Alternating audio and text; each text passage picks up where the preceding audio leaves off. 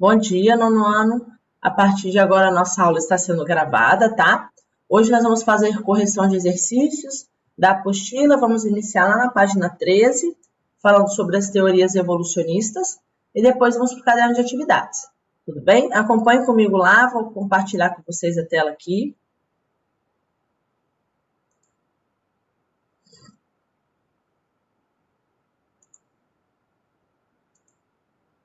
Na aula passada, nós chegamos até a questão 4. Eu sei que tem alunos que não estavam na aula passada aí, né? Depois façam a correção, tá? Vamos juntos, então? Deixa eu ver aqui. A questão 5 fala assim. Charles Darwin publicou o livro A Origem das Espécies em 1859. Pode-se dizer que suas conclusões referentes à ideia de seleção natural foram obtidas unicamente com suas próprias observações? Justifique sua resposta. Quem gostaria de colocar essa resposta aí para mim? Gostaria de ler.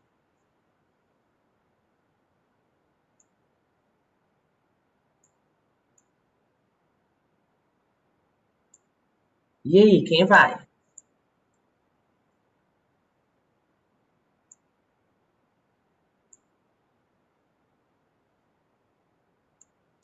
Todas as conclusões de Charles Darwin partiu única e exclusivamente dele?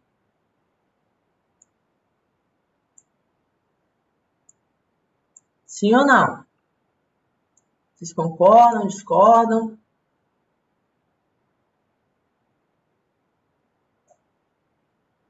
Sim. Então, ele que teve todas as ideias da seleção natural.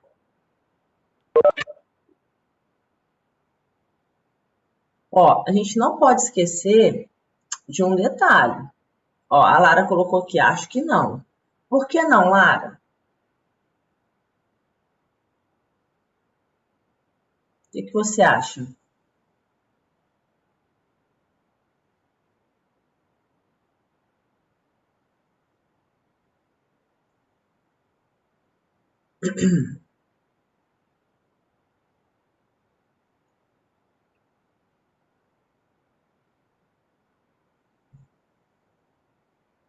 Bora, turma.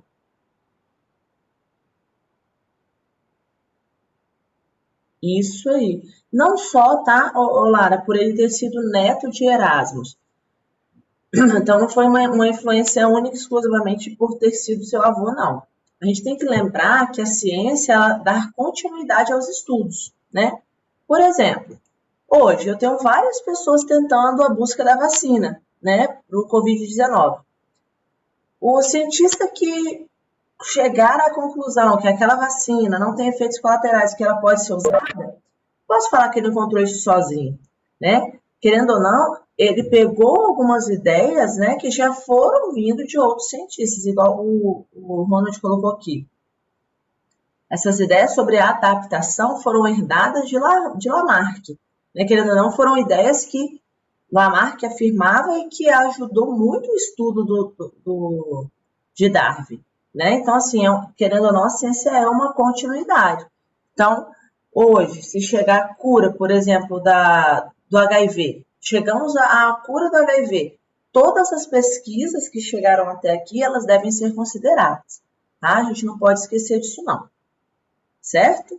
Então, as ideias de Lamarck foram muito importantes para as conclusões de Charles Darwin, né? Tanto é que foi em cima de algumas teorias que Lamarck afirmava que Charles Darwin falou, não, isso aqui não está muito certo, eu acho que é de uma outra forma, e começou a fazer os seus estudos, tá bom? Então, a gente nunca pode colocar que aquele cientista, de forma isolada ali, os créditos são todos deles, não. Tá? A gente tem que levar em consideração todo o estudo que teve até 1859. Certo? Conseguiram entender esse detalhe aí? Isso é muito importante que a gente coloque sempre, né? Porque por muitas vezes o crédito vem só para aquele cientista que chegou, né, ao fim da pesquisa. Mas até aquela pesquisa chegar ali, muita gente trabalhou, né?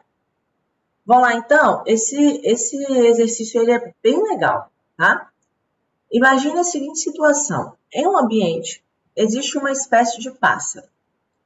Nessa espécie, os indivíduos podem ser de várias cores.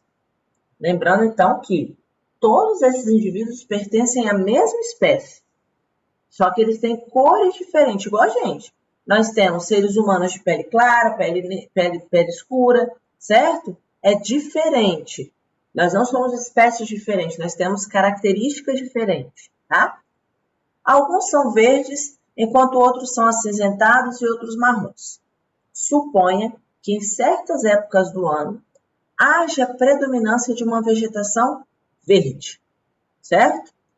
Nesse caso, letra A, qual pássaro é favorecido nessas épocas? Fala para mim. Os verdes, né? Ou seja, qual deles fica mais protegido dos seus predadores? Os verdes, eles ficam mais camuflados na vegetação verde. Isso aí é fato, né? Em outras épocas, a vegetação seca e fica marrom. Nesse caso, quais pássaros têm mais chance de sobreviver? E aí? Os pássaros marrons, né? Porque eles vão se camuflar na vegetação marrom. Agora, olha a letra C. Imagine que ocorra uma alteração ambiental drástica e não haja mais a possibilidade de crescimento de vegetação. Assim, o ambiente adquire uma cor marrom definitiva. Quais pássaros sobreviverão?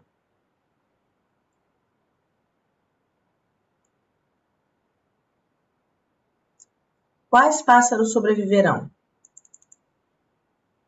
Bora? Os pássaros marrons, não é isso?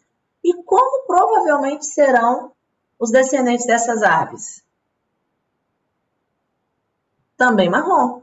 Porque se ele tem essa característica, a chance dele estar passando essa mesma característica é grande. Pode ser que futuramente não tenha mais indivíduos dessa espécie da cor verde? Pode acontecer de não ter mais, nunca mais? Por conta dessa alteração no ambiente? Exatamente. É igual a Eduarda colocou aqui, ó.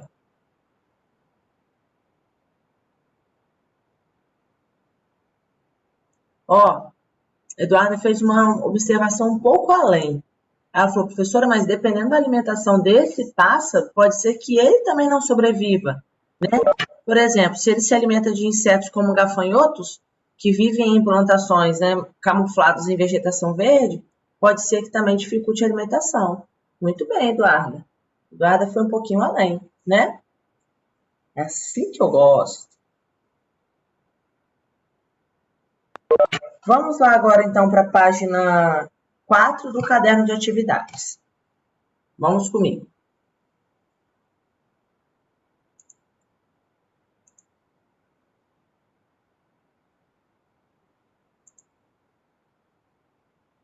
Vocês fizeram essas questões?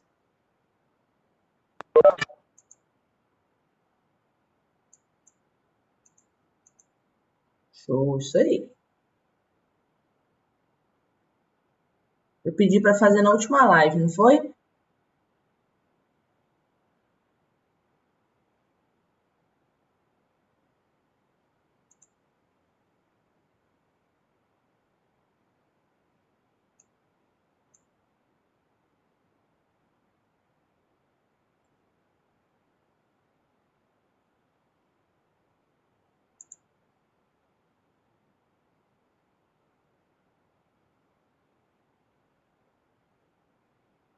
Essa imagem é clássica, né? Já mostrei para vocês lá na apostila e agora ela aparece de novo. Pensamento evolucionista. Observe as duas imagens. Aí nós temos a asa de um morcego e a nadadeira de uma baleia, certo? Como podemos explicar as semelhanças entre as estruturas representadas nas imagens? Justifique sua resposta. Fala para mim, o que vocês, olhando isso aí, em cima do conhecimento que vocês já têm, como vocês explicam essa semelhança? Fala para mim.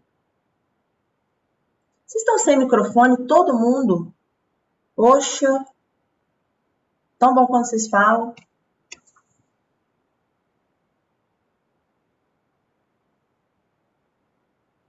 Vou esperar, hein?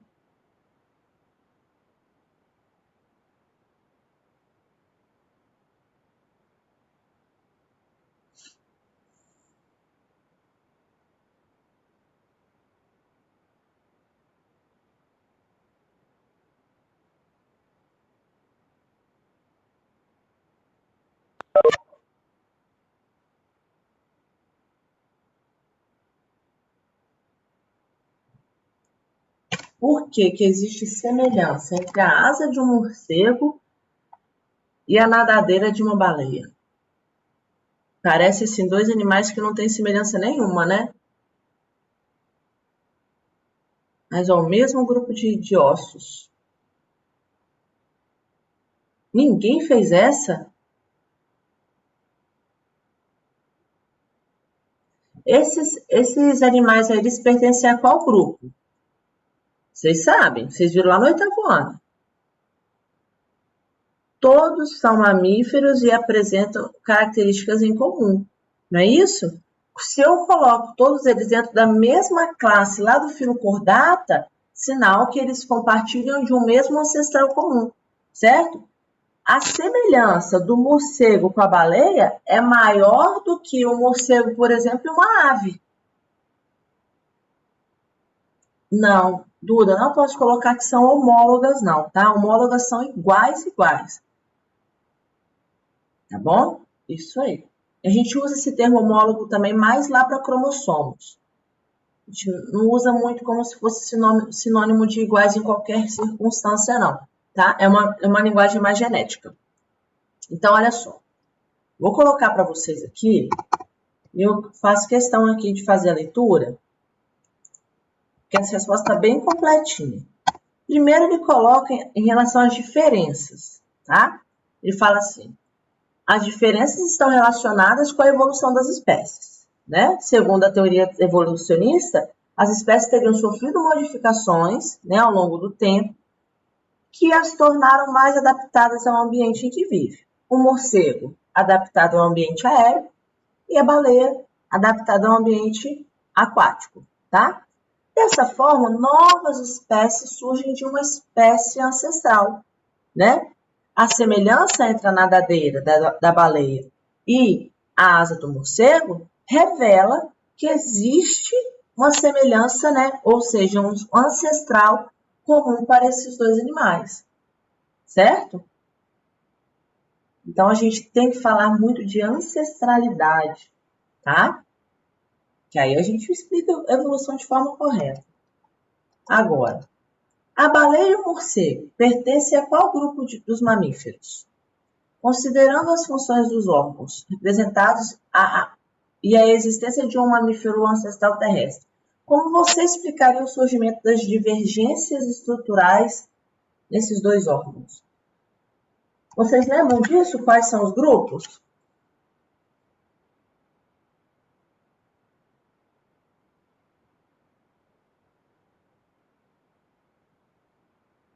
Ah, não pergunta não. Fala, não pergunta o grupo dos mamíferos, não. Eu li errado aqui. Eles pertencem aos mamíferos, né? E aí? Considerando essa função dos órgãos, né? E a existência de um mamífero ancestral, como você explicaria o surgimento dessas divergências? Como que essas divergências surgiram? Essas diferenças surgiram? Isso é importante também, esses termos aí. Como que um mamífero criou a capacidade de voar, por exemplo, o morcego? Mas como que essas adaptações, Lara, surgiram? Ela foi se adaptando ao ambiente? O morcego precisou voar e ele adquiriu essa característica? Foi assim? Como que a gente explica isso? Então, mas aí ele teve essa necessidade de sobreviver, né, Duda? Igual você está falando aí. Houve uma necessidade de ambas as espécies sobreviverem em condições diferentes. Aí eles criaram essa característica que aí, se eu afirmo dessa forma, eu estou indo de acordo com Lamarck. É muito mais fácil explicar dessa forma, né? Quem não conseguia sobreviver às condições, morreu. Quem tinha uma característica que prevalecia e que permitia adaptar-se àquele ambiente, ia sobrevivendo. Isso é a seleção natural, certo? Mas como essas características surgem, turma? Como que surge uma nova característica? Através de quê? Nós já falamos, vamos voltar a falar quinta-feira que vem, mas você já sabe esse termo.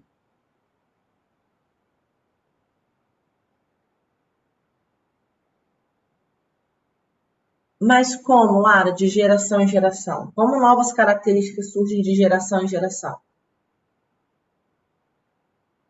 que acontece? Tem um termozinho muito importante. Mutação genética. Muito bem, Luana. Excelente. Então, ó, eu acho que tem que ter esse termo, né? Porque as características elas surgem ao acaso. Algumas podem ser positivas e outras negativas. A gente não pode ter na nossa cabeça que mutação é uma coisa negativa.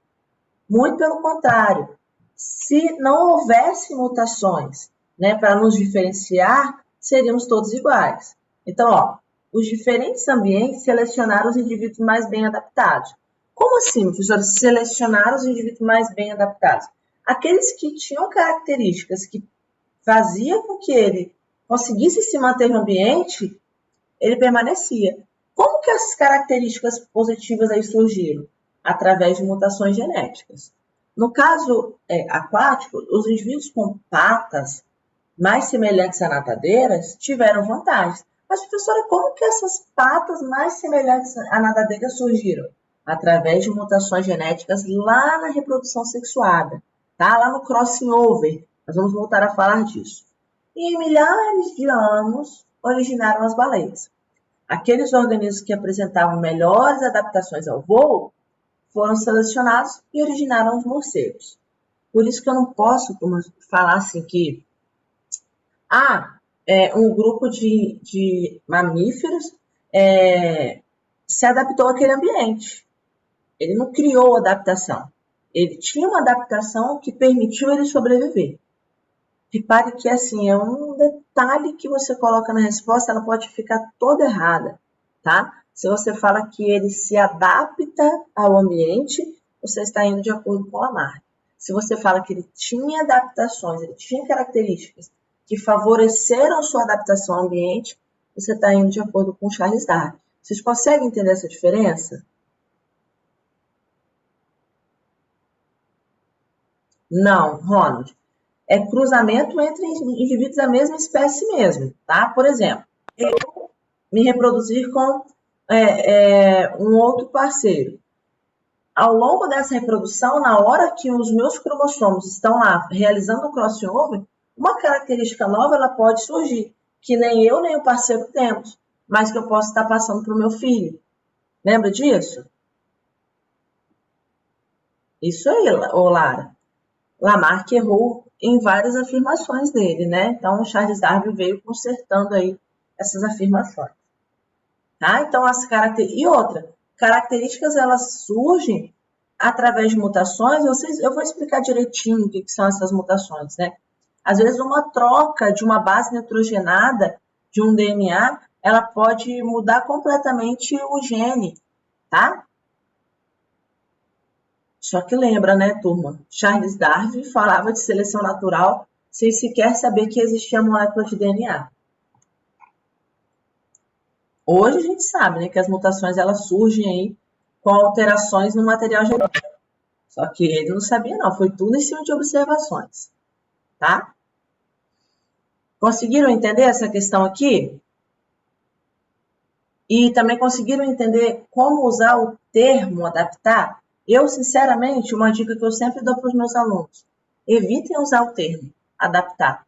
Fala assim, os mais aptos sobrevivem. Os que têm características mais aptas a sobreviver àquele ambiente.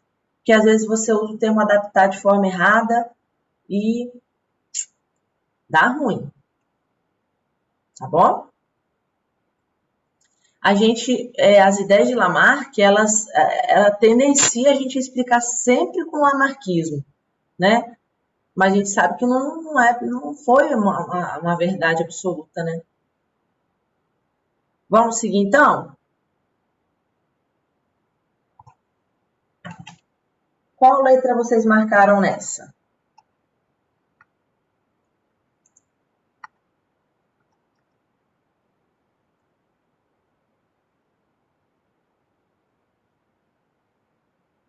Não, não.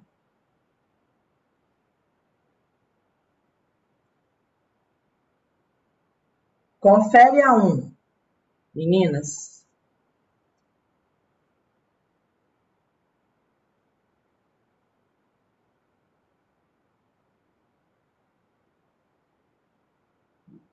Letra E.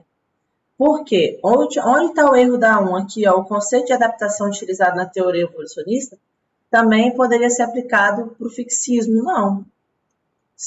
O fixismo ele não falava que eles se mantinham iguais, então eles não posso colocar o conceito de adaptação, tá? Então a letra E mesmo. Alguma dúvida nessa questão? Podemos seguir? Podemos? Então vamos lá.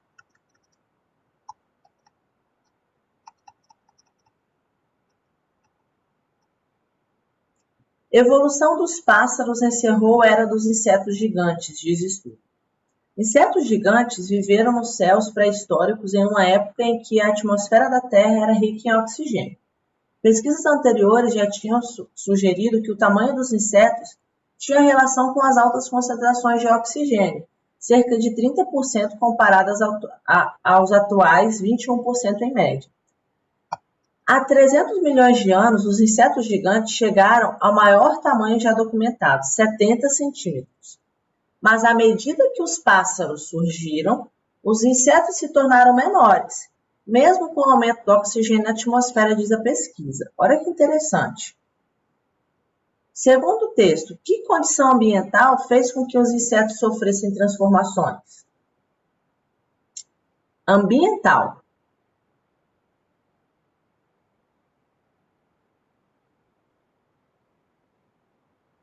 Qual a explicação do texto para os insetos terem esse tamanho tão grande?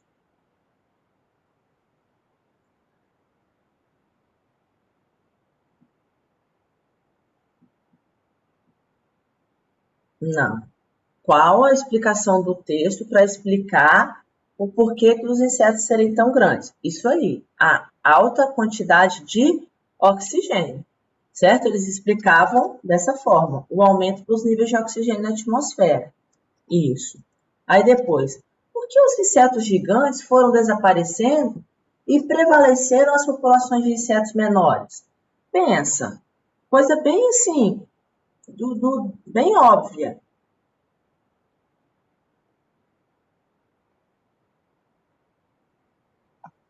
Tanto é que hoje os insetos são todos pequenininhos, né? A grande maioria deles. Nós não temos inseto de 70 centímetros, não existe, né? Por que esses insetos maiores foram desaparecendo e foram prevalecendo os insetos menores, com o surgimento dos pássaros?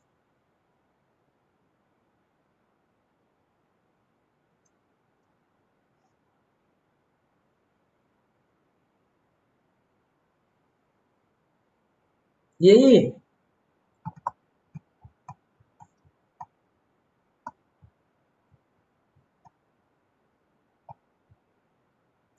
Isso aí, Lara. Os insetos gigantes, eles eram mais facilmente predados, né? E os insetos menores, eles conseguiam se esconder mais, né? Então, com o passar do tempo, eles iam passando essas características para os seus descendentes, os menores, né? E com o passar do tempo, nós já passamos a ter só insetos pequenos, tá? O texto acima é uma evidência que suporta qual teoria? O que vocês acham? Que teoria é essa?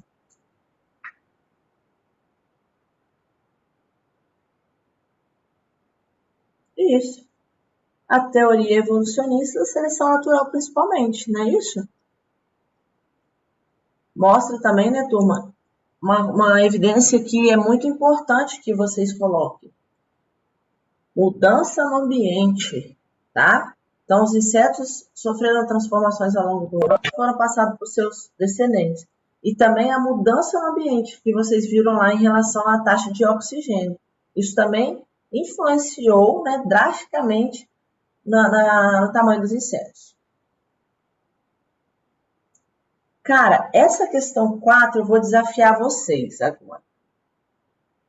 Ela pede assim: utilizando a lei do uso e do desuso de Lamarck, desenvolva uma explicação hipotética para características apresentadas nos exemplos das imagens. Eu queria que vocês fizessem, tá? Em relação a Lamarck, mas depois que vocês me explicassem em relação a Charles Darwin. Lamarck é fácil. Pescoço comprido das girafas. O que Lamarck dizia em relação a isso? Por que o pescoço das girafas ficaram compridos?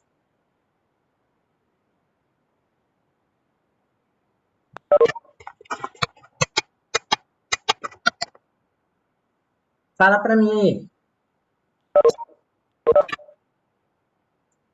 Como que Lamarck explicou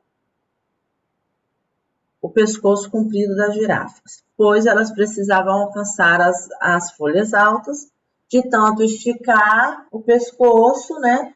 O pescoço foi desenvolvendo e ficou comprido. Lamarck explicava isso, certo? Membranas interdigitais em aves aquáticas. Como é que Lamarck explicava isso?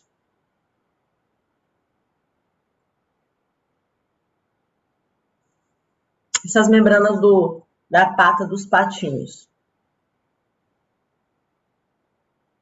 A necessidade de locomover na água, né? De tanto usar a pata para se locomover na água, essas membranas foram crescendo. Também uso e desuso. A ausência de olhos em peixes abissais. E aí?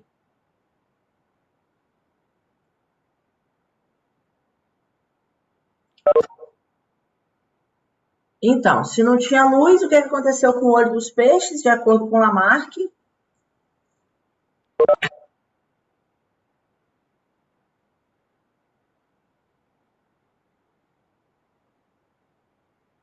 Entrou em desuso. Então, perdeu, atrofiou. Ah, não estava usando o olho, atrofiou, né? E as pernas das serpentes, a ausência das patas das serpentes.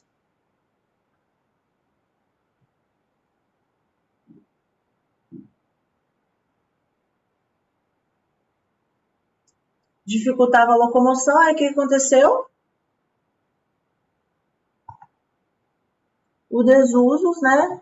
E também a dificuldade de passar em locais apertados, as pernas, de acordo com Lamarck, foram desaparecendo, foram atrofiando. Turma, tá certo essas explicações? As 4, tá certo? Fala para mim. Não, a gente sabe que não, né? Qual vai ser o desafio? Anotem aí para mim. Todo mundo, hein?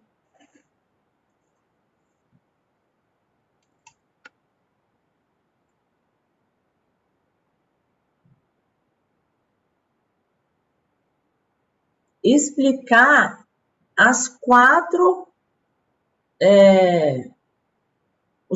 exemplos de acordo com Lamarck. Lá na página 6, vira lá para vocês olharem lá.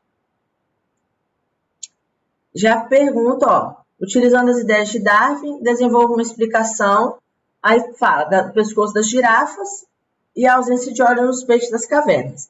Já tem um espaço para esses dois. As outras duas vocês podem fazer no caderno, tá? Eu gostaria que vocês fizessem das 4. Porque, para vocês perceberem como que é difícil explicar de acordo com Darwin.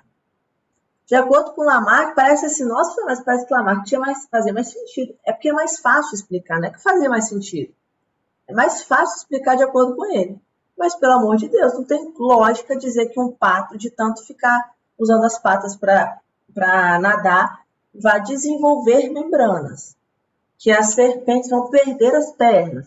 Não, não é bem assim, né? A gente sabe hoje, ainda mais hoje em dia, com tanta informação que a gente tem, né, que não é bem assim, tá? Alguma dúvida, turma, sobre essas questões?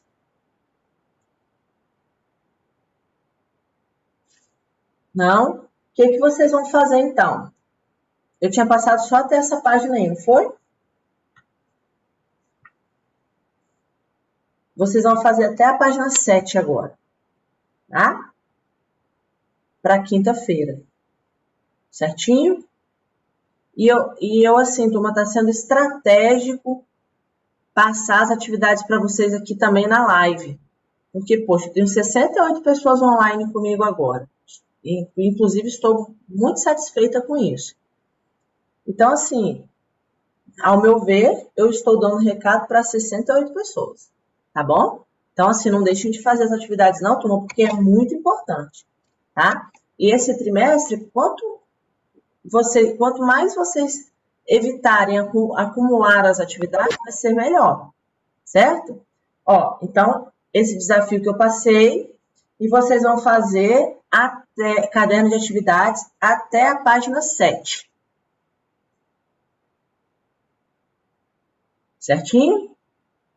Vou mandar um recadinho lá também na mensagem, só para deixar garantido, né? Porque pode ser que vocês esqueçam. Vou enviar uma notificaçãozinha lá para vocês. Alguma dúvida até aqui? Não é, Tia Lila? Nossa, eu fiquei muito satisfeita, porque das minhas turmas são as turmas que mais estão presentes. Seria mais interessante se eles participassem mais com o microfone, né?